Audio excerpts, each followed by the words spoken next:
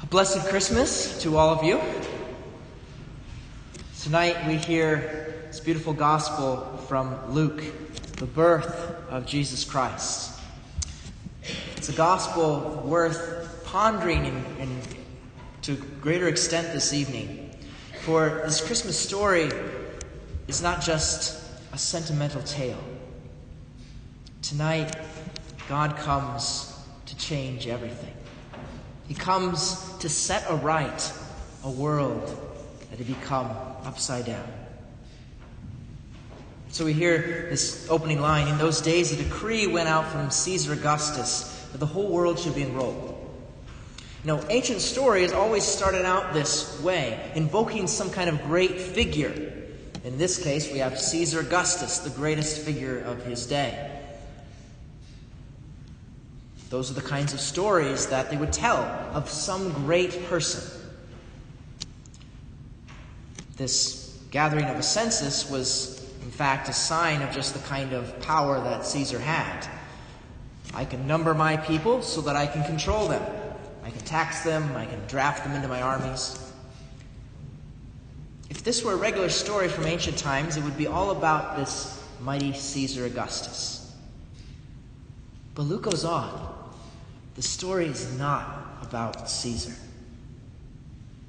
In fact, his proclamation of a census is really just an excuse to get a seemingly ordinary couple from one dusty outpost in the empire to another. This Christmas story teaches us that if we're looking for the power of God, don't look in the places that the world tells you to look. To see what's in great importance, we can't listen to the world. God will show us what's really important. So it says that Joseph, too, went up from Galilee to a town of Nazareth, to Judea, to the city of David called Bethlehem, because he was of the house and family of David, to be enrolled with Mary, his betrothed, who was with child. Bethlehem is where the story goes. We're really at the exact opposite place of Caesar. Caesar in his palace, ordering a census. See, Joseph and Mary came to this small town to take shelter in an inn, but remember, there was no room there. There's no room in the inn. In this place, this inn, we're not talking about a Holiday Inn. We're not even talking about a Motel 6. But we're talking about an inn 2,000 years ago at a dusty outpost of the empire that would have been one of the least enticing places to stay. And even there, there's no room for them. It's definitely a place that Caesar never would have been. But if we want to find God, where do we look? Look for poverty. Look for humility.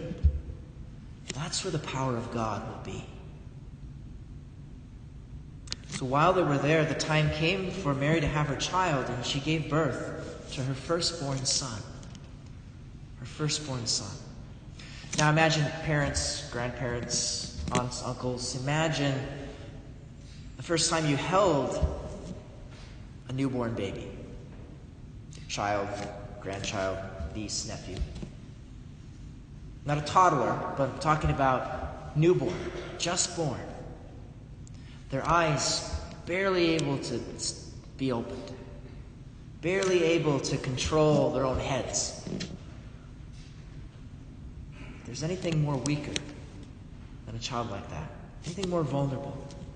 And that little child that Mary held, that's God. That's God. The power that made the universe, that strung the stars in the sky and placed the moon and brings forth all living things. The power of God is not to be identified with Caesar, is not to be identified with the big shots of the world. True power, God's power, is a power of self-emptying love. The love that's willing to become small and powerless for the sake of someone else. It says that Mary wrapped him in swaddling clothes.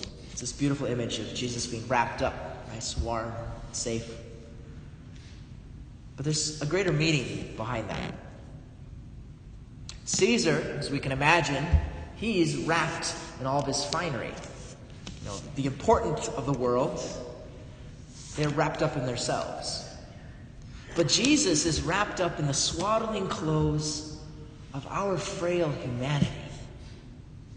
He wraps himself in all of our weaknesses, our failure and sickness, broken relationships, the fear of death, the things that frighten us. God willingly wraps himself up in those things to accompany us through them. Now, our culture especially holds up the ideal of freedom. Real power is being able to do whatever I want to do, whenever I want to do. Nobody can tell me otherwise.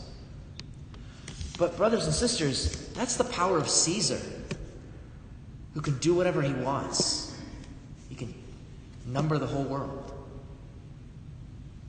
But God's freedom is a willingness to be tied to somebody else in love. We're not powerful when we can do whatever we want. We're powerful when we're able to bind ourselves to somebody else in love. So Mary wraps him in swaddling clothes and then lays him in a manger.